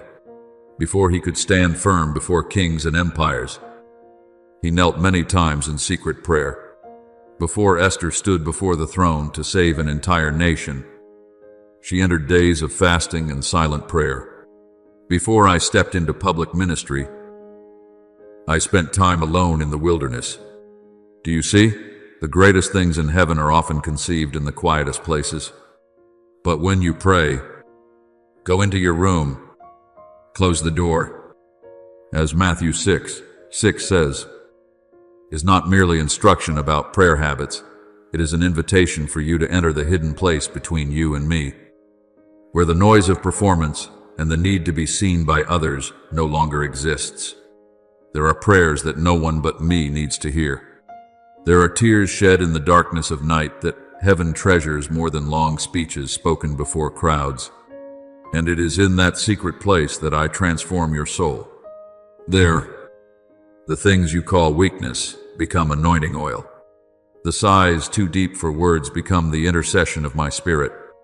The silences you think are meaningless become the place where I speak my deepest mysteries. Beloved child, never underestimate the power of a soul that knows how to remain still with me. The enemy often tries to pull you into haste, into the need to explain yourself, prove yourself, and announce everything immediately. But some victories do not come through loud voices. They come through a life deeply rooted in me. The more fruit a tree bears, the deeper its roots must grow in places no one sees. If you focus only on being visible, you will neglect the roots of your soul. I want you to learn how to write your prayers into the secret place with me. Not everything within your heart needs to be brought before the world. There are visions I give that are meant only for private moments between father and child. And then, at the appointed time, what I have nurtured in darkness will bloom into light in a way no one can stop. A flower does not need to shout to prove it is blooming. Its fragrance speaks for itself. The same is true for you. If you remain in me, then, in the proper season, your life itself will reveal what I have done without you needing to force it into view. So today, my beloved child, guard your lips with wisdom and guard your heart in prayer. Do not fear the seasons when I keep you hidden. Those seasons are not abandonment. They are the place where I am preparing you for something greater. And when my appointed time arrives, what has been formed in silence will resound like thunder across the heavens, not to exalt you, but to reveal my glory through the life of a soul that has learned to belong completely to me. Beloved child, there are battles that, to human eyes, appear to be taking place merely between you and another person. But deeper than what you can see, they are collisions between light and darkness in the spiritual realm. The enemy always wants to pull your soul into the reactions of the flesh, anger, revenge, bitterness, and the desperate need to win, until you lose the peace I placed within you. It wants you to believe that if you do not defend yourself, you will be consumed. But my child, true strength is not found in how fiercely you react. It is found in your ability to preserve the light within you while everything around you tries to drag you into darkness. Do not be overcome by evil, but overcome evil with good. As Romans 12:21 says, is not a word for weak souls, but for those mature enough to understand that darkness cannot be defeated by becoming like itself. I know there are moments when you feel compelled to speak immediately, to prove yourself right, to make others see how wrong they were toward you. But remember, not every battle requires you to enter it with words or forceful reactions. Some battles are won simply by remaining still in me. When the people of Israel stood before the Red Sea, with Pharaoh's army behind them, they panicked because they believed they had to save themselves. But I declared, the Lord will fight for you. You need only to be still. Do you see, there are moments when the greatest display of power is not revealed through human shouting, but through the peace of a soul that knows who holds authority over the storm. Beloved child, the enemy desperately wants you to lose your spiritual stillness, because when your soul becomes chaotic, you begin seeing everything through fear instead of through faith. It wants you to believe that the light within you is too small to withstand the darkness surrounding you. But true light does not need to argue with darkness to prove its strength. The moment light appears, darkness retreats on its own. I am teaching you the same thing. Do not allow your heart to be dragged into battles that only make your soul heavy. Some people are not truly seeking truth. They only want to pull you into their own chaos. But I did not call you to live by reaction. I called you to live by my presence. Remember me before Pilate. Accusations were thrown against me. Misunderstandings spread, and mockery surrounded me. Yet I did not try to justify myself through human effort, not because I was weak, but because I knew truth does not need to scream in order to exist. A soul that truly belongs to me will learn the strength of surrender. There are times when silence before people becomes the loudest voice in the spiritual realm. For when you stop trying to control everything and begin saying, "Not my will, but yours be done. You enter a place where no power of darkness can truly defeat you. Beloved child, spiritual warfare does not end when every enemy disappears. It ends when your heart is no longer ruled by fear, anger, or the need to win according to the ways of the world. A soul fully surrendered to me is a soul truly free. The enemy may create noise and stir chaos around you, but it cannot touch the deepest place of someone hidden within me. Greater is he who is in you than he who is in the world. As 1 John 4:4 says, is the truth. Darkness does not want you to remember. It wants you to focus on your weakness, while forgetting that my power is with you. I want you to understand that the greatest victory is not always changing every outward circumstance. There are people who achieve everything they desire, yet their souls remain full of unrest. But when you discover peace in me, even in the midst of trial, you have entered a victory the world can never take away from you. Remember Paul and Silas in the prison cell. Chains were still upon their hands, and the prison doors remained shut. Yet they sang praises in the middle of the night, and it was in that place, which looked like failure, that heaven shook the foundations of the prison. Do you see? Spiritual victory often begins when a soul continues to carry light even before circumstances have changed. There are storms that do not come to destroy you, but to teach you where your true refuge is found. If your refuge is the approval of people, you will shatter when rejection comes. If your refuge is your ability to control everything, you will panic when life moves beyond your expectations. But if your refuge is me, your soul will stand firm, even when the ground beneath you trembles. The name of the Lord is a strong tower. The righteous run to it and are safe. As Proverbs 18:10 says, is the place into which I am calling you to enter. So today, my beloved child, do not seek victory by becoming louder than darkness. Remain in the light. Do not allow yourself to be pulled into the bitterness of the world. Keep your heart soft. Keep your eyes fixed upon me. And keep your soul within the peace that I give. Then you will begin to understand that some battles are won not by defeating another person, but by refusing to let darkness steal the light within you. For when you remain in me, you are standing on the side that never fails. Beloved child, I do not see you the way the world sees you. Human beings look only at the outward appearance, at the things you do, the words you speak, and the image you maintain before others. But I look deeper than all those layers. I look into the place no one can touch except me, your soul. And my child, there are things within your heart that are slowly growing cold, even in ways you yourself have not fully recognized.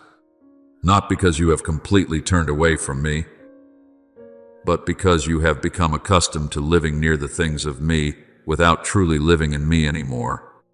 You still pray, yet many of your words have become repeated sounds without life.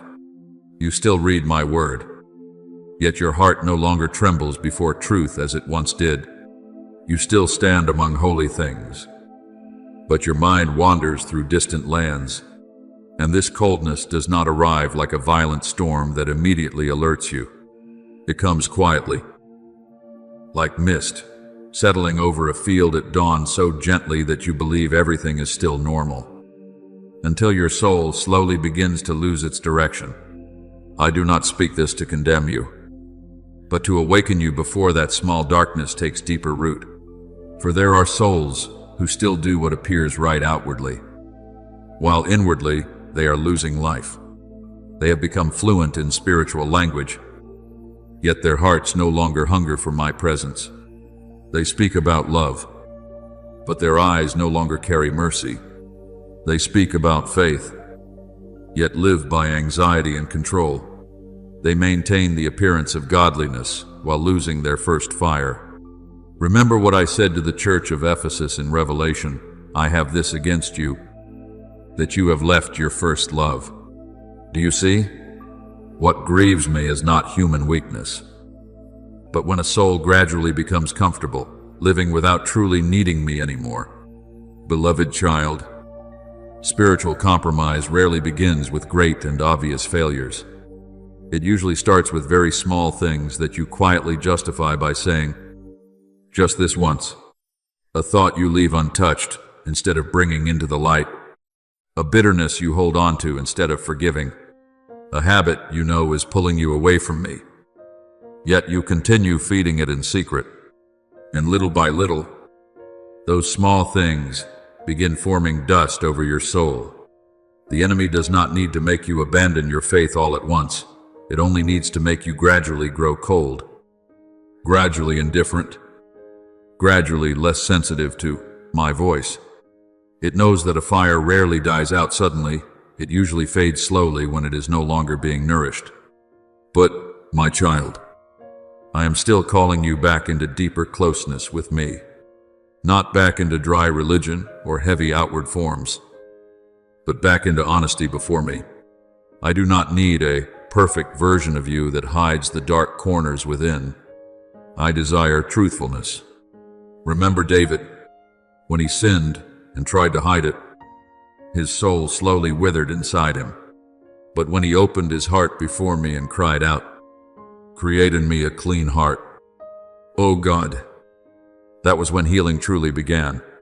Do you see? What blocks the light is not confessed weakness. What blocks the light is darkness kept hidden. Be holy, because I am holy. As 1 Peter 1:16 says, is not a demand that you become someone who never makes mistakes. It is an invitation for you to belong completely to me. Holiness is not only staying away from what is evil, it is allowing every part of you to be opened beneath my light. There are hidden corners within you that you have never dared to face because you fear shame, pain, and being truly seen. But my beloved child, I have seen all of it for a long time, and I still have not turned away from you. I do not enter those dark places to destroy you. I enter them to heal. The world today praises knowledge while losing spiritual wisdom. People know how to build great towers, yet forget the foundation of the soul. They speak much about freedom while remaining bound by the desires within them. They search for love while rejecting holiness, even though true love always leads the human heart toward purity. For my love does not only embrace you in weakness, it also transforms you out of the things that are slowly killing your soul. A doctor does not love a patient by allowing the disease to keep growing. I am the same. There are things I am touching in your life not to take away your joy, but to save your soul from hidden chains. Beloved child, do not fear my light shining into the places you have hidden for too long. Light does not come to shame you, it comes to set you free. Open your heart in honest prayer. Stop telling me only the proper things and begin telling me the truth about what is happening inside you. For I do not heal the mask, I heal the real person behind it. And the day will come when you realize that the most beautiful thing is not how spiritual others think you are, but how closely your soul truly lives with me.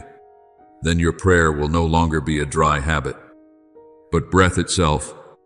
Your worship will no longer be merely a song upon your lips, but a fire burning in your heart. And holiness will no longer feel like a forced burden, but the joy of a soul that is finally found where it truly belongs. Beloved child, I do not call you to repentance so you may live in shame or fear. I call you to repentance because I want to draw your soul back into life. A branch begins to wither, not because it is hated, but because it is gradually separated from the sap that gives it life. Your soul is the same. When you drift away from my presence, outwardly, you may still continue living, working, laughing, and speaking as usual. But deep within, a dryness will begin to form that nothing in this world can fill. And my beloved child, repentance is the moment when the soul turns back toward the fountain of living water before it becomes completely exhausted. Many people think repentance is only the feeling of sorrow for having done wrong. But true repentance is much deeper than that. It is when the soul no longer wants to keep walking away from the light. It is when you begin to hate what is killing the life within you. It is when you stop justifying small compromises and begin longing to be made clean again before me. Seek the Lord while he may be found. Call upon him while he is near. As Isaiah 55:6 says, is not a threat, but the merciful call of a father who does not want you to wander so far that your heart becomes hardened. I know there are things in your life that have slowly become normal simply because you have looked at them for too long. There are thoughts you once recognized as wrong, yet now you no longer feel anything toward them. There are habits that once pierced your conscience, but now you have begun calling them not serious. My child, this is the most dangerous thing about darkness. It rarely drags you into the abyss all at once. It gradually makes your soul comfortable with the dark until you can no longer clearly distinguish the light. A heart that no longer trembles before sin is a heart falling into spiritual sleep. And the frightening thing is not only that you make mistakes, but that you reach a place where you no longer feel the need to return. But my beloved child, if today your heart still aches when you hear my correction, if your eyes still long to weep when you realize how far you have drifted from me, then my spirit is still moving within you. A soul that has become completely numb no longer feels anything at all, but you can still hear the call to return. And that is proof that the door of grace remains open before you. Remember the prodigal son, when he found himself among the pigs and realized he was living far beneath what his father had intended for him. That very moment became the beginning of restoration. He did not return because he had become perfect.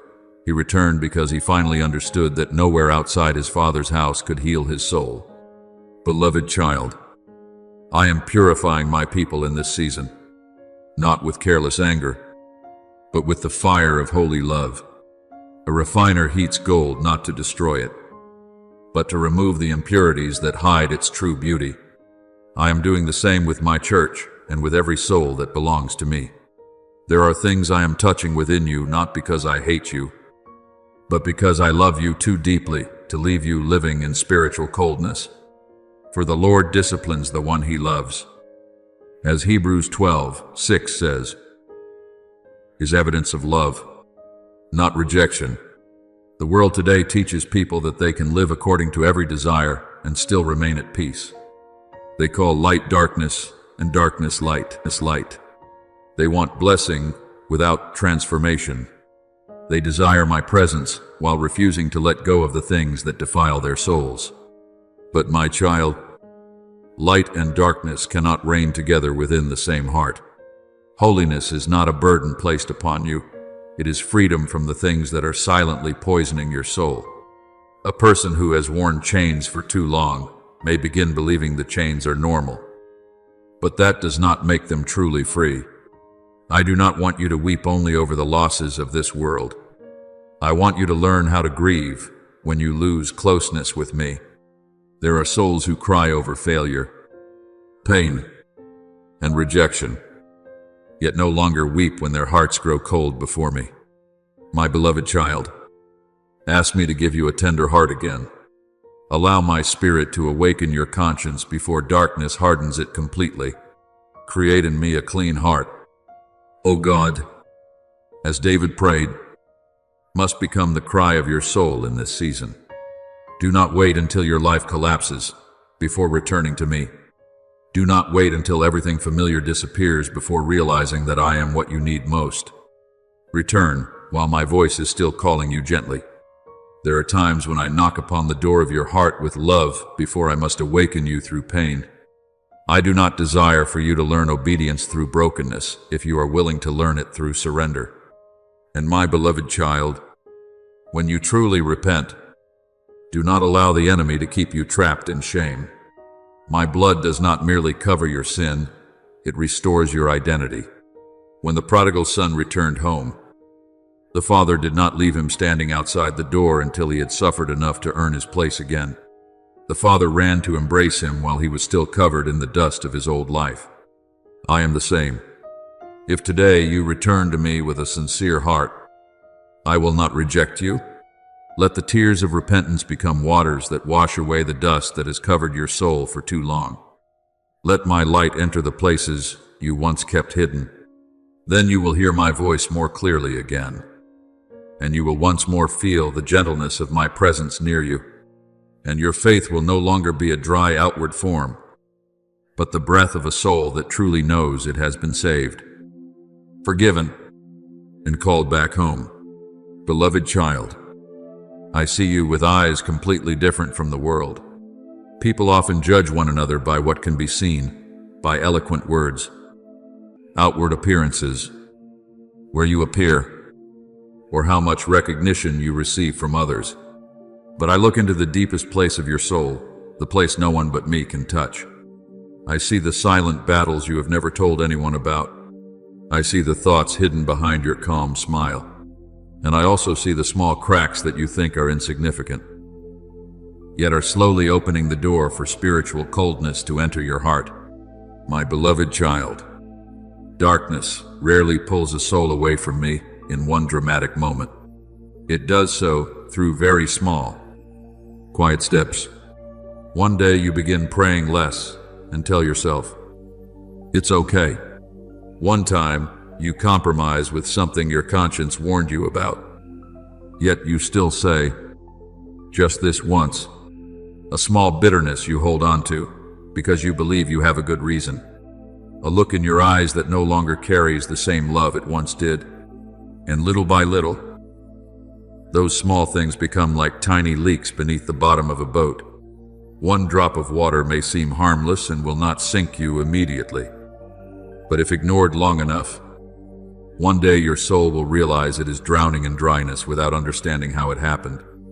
I do not say these things to condemn you, but to awaken you before your heart becomes hardened. For the most dangerous thing is not when you become weak and run back to me. The most dangerous thing is when you become comfortable living far from me while still believing everything is fine. There are souls who still go to church, still sing songs of worship, still speak spiritual words. Yet inwardly, they have lost their hunger for my presence. They maintain the form of faith, but the true fire within them has faded. Remember the church of Laodicea that I rebuked in Revelation. They believed they were rich, complete, and lacking nothing. But I declared that they were spiritually poor, naked, and blind. Do you see? The most dangerous spiritual coldness is the kind that still wears the appearance of godliness. Beloved child, I feel every step you take away from me, even when you think no one notices. When you wake up and your heart no longer turns toward me, I know. When you begin choosing the comfort of the flesh over the obedience of your soul, I know. When you remain silent before what is wrong, simply to avoid discomfort, I know. Yet even then, I never stop calling you back. Like a shepherd hearing the footsteps of a wandering sheep in the darkness of night, I still recognize your soul no matter how far it has gone. And my voice still speaks gently, my child. Return to me. The world today is trying to make darkness appear comfortable. It paints sin as freedom, calls compromise maturity, and labels rebellion as personal strength. It tells you that you can follow every desire and still remain at peace. But my child, every promise of sin is a trap wrapped in temporary beauty. Sin always begins with an invitation to pleasure, but it ends in chain. It makes you believe you are controlling everything, while in truth your soul is gradually becoming bound. Remember Samson. He believed he was strong enough to play with temptation without being affected by it. But each small compromise slowly stripped away his spiritual strength until he no longer realized that my presence had departed from him. The truth shall set you free. As John 8:32 says, is not merely a promise of knowledge. It is liberation from everything silently ruling your soul. Holiness is not a garment of morality worn to impress others. It is the breath of a soul that belongs completely to me. When you live in holiness, you are not living in bondage, you are living in true freedom. For impurity always promises quick pleasure but leaves behind a deeper emptiness. My presence, however, may require you to let go of what the flesh desperately wants to keep. Yet it gives you a peace the world can never create. Beloved child, I know there are things within your heart that even you do not want to face directly. There are hidden places you cover with busyness, with laughter, with spiritual activity, and with the image of being fine before others. But I do not want you to merely appear well on the outside while your soul is growing weary within. I desire to heal you at the root. Remember David. What made him a man after my own heart was not that he never failed, but that he knew how to return with a truly broken heart. He did not continue hiding the darkness within himself. He cried out, "O God, search me and know my heart." That is where restoration began. So today, my beloved child, do not ignore the small warnings of my spirit within your heart anymore. Do not call harmless the things your soul knows are pulling you away from the light. Return to me in the small things before the coldness grows deeper. Seek me not only in moments of crisis, but in the ordinary breath of daily life. Let my presence become something you need more than the acceptance of the world. And remember this, I did not call you out of darkness to take away your joy. I called you into the light because I want your soul to be truly free. For you do not belong to the chaos of this world. You belong to me, and there is nothing in this world worth trading your closeness with me for a fleeting pleasure that slowly steals away the light I placed within you from the very beginning. Beloved child, the world will always try to convince you that holiness is impossible, that living good enough is sufficient. It will tell you that everyone falls short, that no one can truly live differently in an age filled with impurity. And little by little, the world wants your soul to become comfortable with compromise. But my child, I did not call you into holiness to place upon your shoulders a burden too heavy to bear. I called you into holiness because I desire for you to experience true freedom. A bird was not created to remain forever in the mud. It was created to soar across the open sky. Your soul is the same. You were not born to be dragged down by sin, shame, and the hidden chains of this world. You were called to live so close to me that my light begins to flow through every thought, every decision, and every breath you take, every time you choose truth when lying would have been easier. Heaven sees it. Every time you swallow your anger in order to forgive, even while your heart still aches. Heaven sees it. Every time you kneel to pray, instead of allowing bitterness to rule your mind. Heaven rejoices. You may think these things are small, but in the spiritual realm, they are great victories. For every choice that turns toward the light is proof that the fire within your soul has not gone out. Perhaps you do not feel strong. Perhaps you still stumble, still have days of exhaustion and discouragement. But my beloved child, I do not measure your faith by whether you have never fallen. I look at whether you continue returning to me after every fall. I know there are nights when you cry, and no one understands the true reason why. There are battles you cannot fully explain with words. You grow weary from trying to guard your heart in a world that is becoming colder each day. Sometimes you wonder whether you have enough strength to keep living differently while the crowds run after what is easy. But my child, I never asked you to be strong on your own. When Paul pleaded with me to remove the thorn that caused him pain, I did not immediately take it away. I said, "My grace is sufficient for you, for my power is made perfect in weakness." Do you see?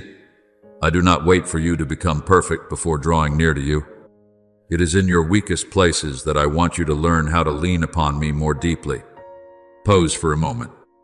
My beloved child, let your soul breathe within my presence. You are not alone in this battle. I am not merely a God who dwells in distant heavens.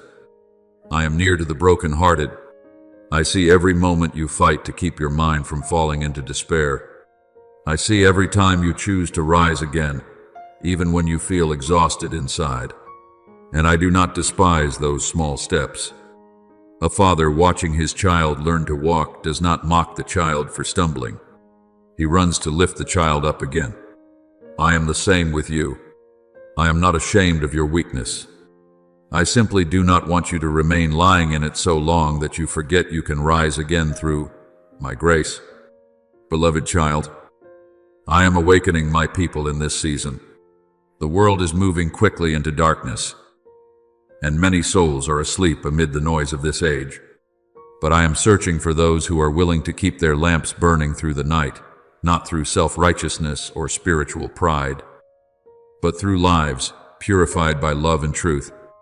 Before I use a soul to bring light to others, I often lead that soul through refining fire, not to destroy them, but to remove the things that would hinder my light from shining through them. Remember the prophet Isaiah when he beheld my glory. The first thing he recognized was not his own strength, but the uncleanness of his lips. Then a seraph took a burning coal from the altar and touched his mouth. Only after that was he sent forth. Do you see? Before I place my words upon your lips, I desire to purify them. Before I entrust you with greater responsibility, I want your soul to learn humility. For a person who is used without being refined can wound others through their own pride. Do not fear when I begin exposing the things you have tried to hide.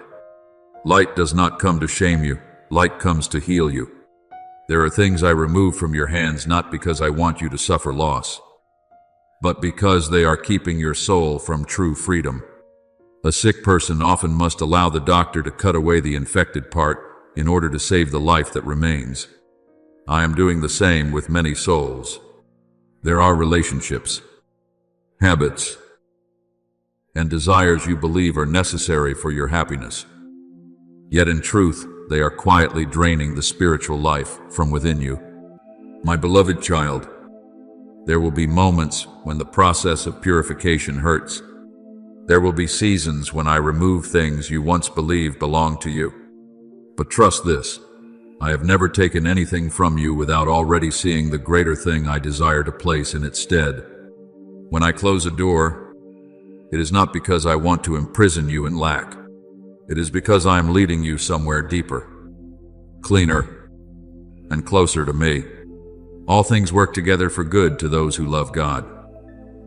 As Romans 8:28 says, does not mean every experience will feel pleasant, but it does mean that no pain in my hands is ever meaningless.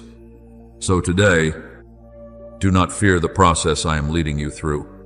Do not fear the times I discipline you, or the seasons when I pull you away from comfort and ease.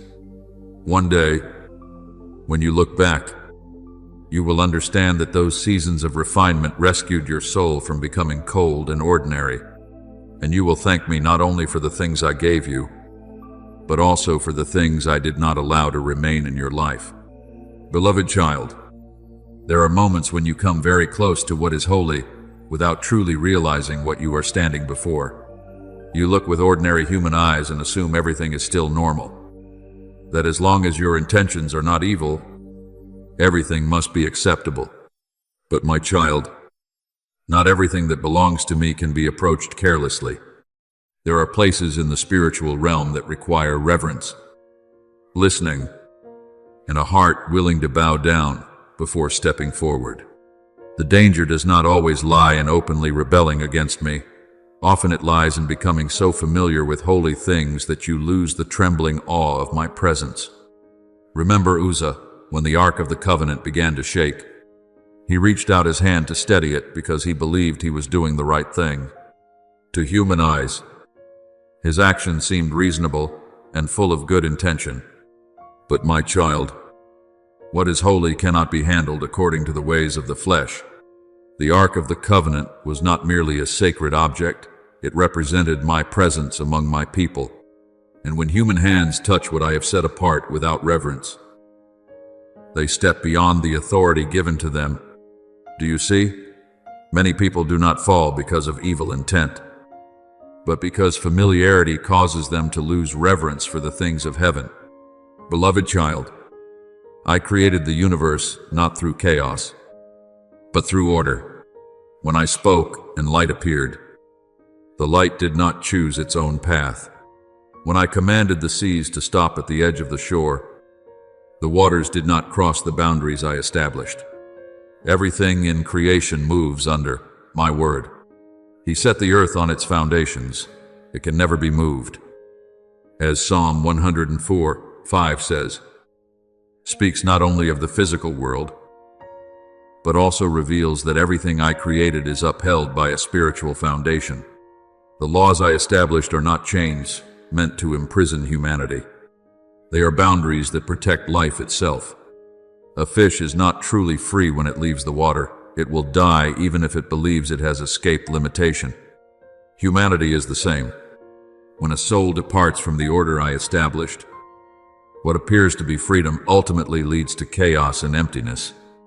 I know this age teaches people that they can define everything for themselves. Truth, morality, light, and even holiness. They want to step into spiritual things without bowing before the one who created the spiritual realm. They desire power without obedience. They want to touch the supernatural while disregarding the purity of their own hearts. But my beloved child, what belongs to me cannot be controlled by human will. No one enters my presence as though it were a place to satisfy curiosity or spiritual pride. Moses had to remove his sandals before the burning bush, not because the ground itself possessed mystical power, but because my presence had made that place holy. Beloved child, there are boundaries I establish, not to keep you away from me, but to teach you how to come near me rightly. A child may not understand why a father forbids touching fire, but the father knows what will happen if the child treats its heat carelessly. I am the same with you. There are things I do not permit you to enter before your heart is ready, not because I desire to keep you in lack, but because I know your soul must first be prepared before it can carry the weight of what is holy. I want you to learn holy reverence again, not the kind of fear that causes you to run from me, but the trembling awe of a soul that realizes it stands before the Holy One. This generation has made many people so familiar with spiritual language that they have forgotten. My presence is not ordinary. They speak about me with their lips, but their hearts no longer bow before me. They want blessing without surrender. They want to hear my voice without becoming still enough for me to correct them. But my child, the fear of the Lord is the beginning of wisdom. As Proverbs 9:10 says, without that reverence, people gradually place themselves at the center of everything and eventually lose the ability to discern what true light really is.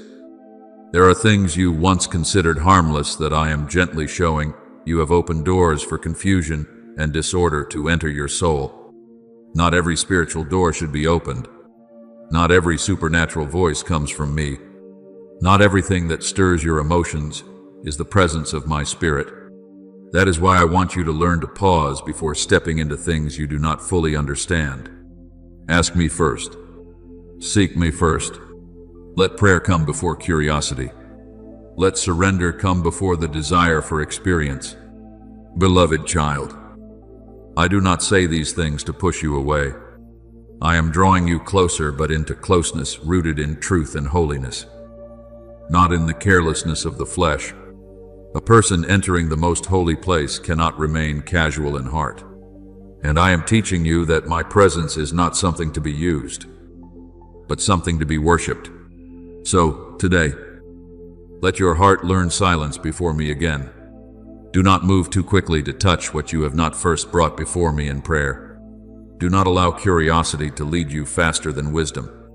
Remember that every boundary I have established was born out of love and protection. And when you learn to walk within the order I have ordained, Your soul will not become imprisoned. It will be preserved in life, in light, and in the peace that the chaos of this world cannot take away.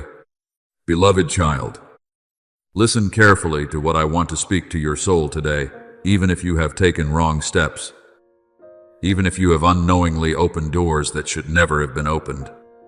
I have not abandoned you. I do not stand on the other side with folded arms, waiting to condemn you. I am still where I have always been, closer to you than your own breath, waiting for the moment you turn back and call upon my name. When the prodigal son returned home, the father did not build another barrier to keep him outside. He ran to embrace him, while the dust of the world still clung to his clothes. I am the same. If today you realize you have wandered too far, remember that my mercy is still greater than your wandering. But my beloved child, I do not want you to return only through temporary emotion. I want you to understand more deeply what is taking place in the spiritual realm. There are doors you have opened through spiritual carelessness without even realizing it. Not because you intentionally rebelled against me, but because you approached holy things without enough reverence. You believed good intentions alone were enough. Yet in the spiritual realm, not everything that seems right is truly right. There are boundaries I established not to restrict you, but to protect your soul from things it is not yet mature enough to carry. Remember Nadab and Abihu, the sons of Aaron. They came before me with strange fire that I had never commanded.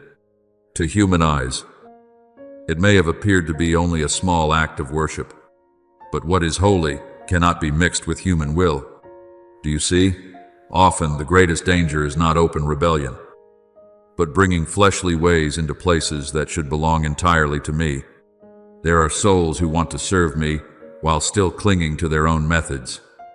They want to enter my presence without allowing me to purify the hidden motives within them. But, my child, our God is a consuming fire. As Hebrews 12:29 says, that fire does not burn because of hatred. It burns because absolute holiness cannot coexist with mixture. I want you to understand that my anger is not like the anger of mankind. Human anger rises from wounded pride, from losing control, from the desire for revenge. But when I discipline, it is the movement of holy love, seeking to rescue your soul from the very things destroying it. A refiner does not place gold into fire to destroy it. He does so to remove every impurity that steals away its purity. I am doing the same with you.